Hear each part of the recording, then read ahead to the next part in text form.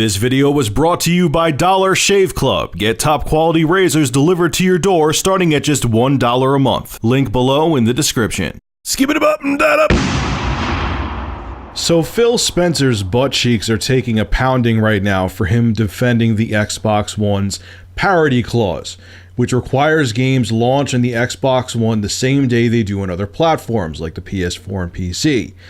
He said that the parity clause is here to stay, and he defends it. This is what he had to say about it. I'll be honest, the thing I worry about is I look at all the people who buy an Xbox and invest their time and money in the Xbox One.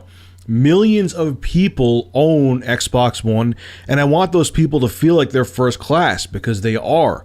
When a third-party game comes out, it comes out on all platforms at the same time.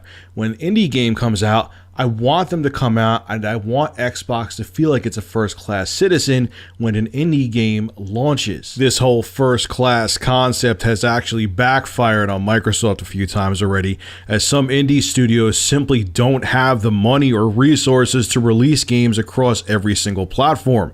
What ends up happening in a lot of cases is that developers simply opt out of releasing games on all the platforms, or in this case, the Xbox One. If you think it's just a handful of devs shying away from Microsoft's platform, think again.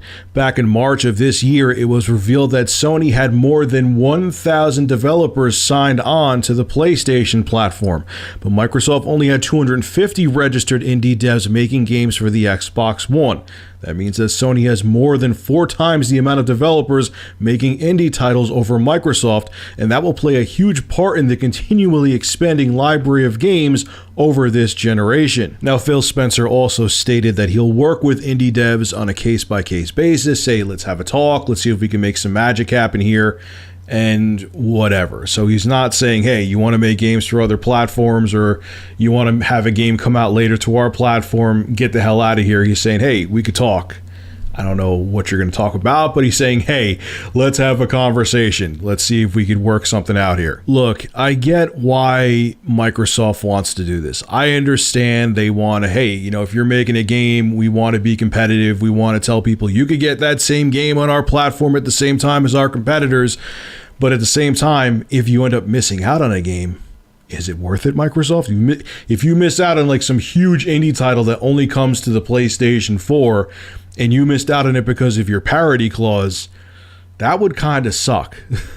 So I don't know in the long run if this will be as good of a thing as Phil Spencer and everyone at the Xbox team think it will be, because there may just be games, like they said, indie developers are independent and don't have the funds that like EA has or Ubisoft has or Konami or whatever. Capcom, well, not Capcom, they're kind of hurting right now, but whatever, you get my point. You know, the big AAA guys have much bigger pockets than these indie devs do.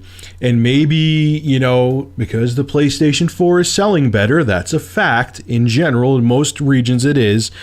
Maybe the indie developer only has enough money to come out with the PlayStation to come out with a PlayStation 4 version, if I could talk today. And maybe in the future, they're like, we'll come out with it for the Xbox One maybe 3 months down the road. Do you really want to miss out on that, Microsoft? Okay, you won't get the game at the same time, but wouldn't you rather get the game later than not get the game at all, so your consumers can at least experience the game sometime in the future instead of never?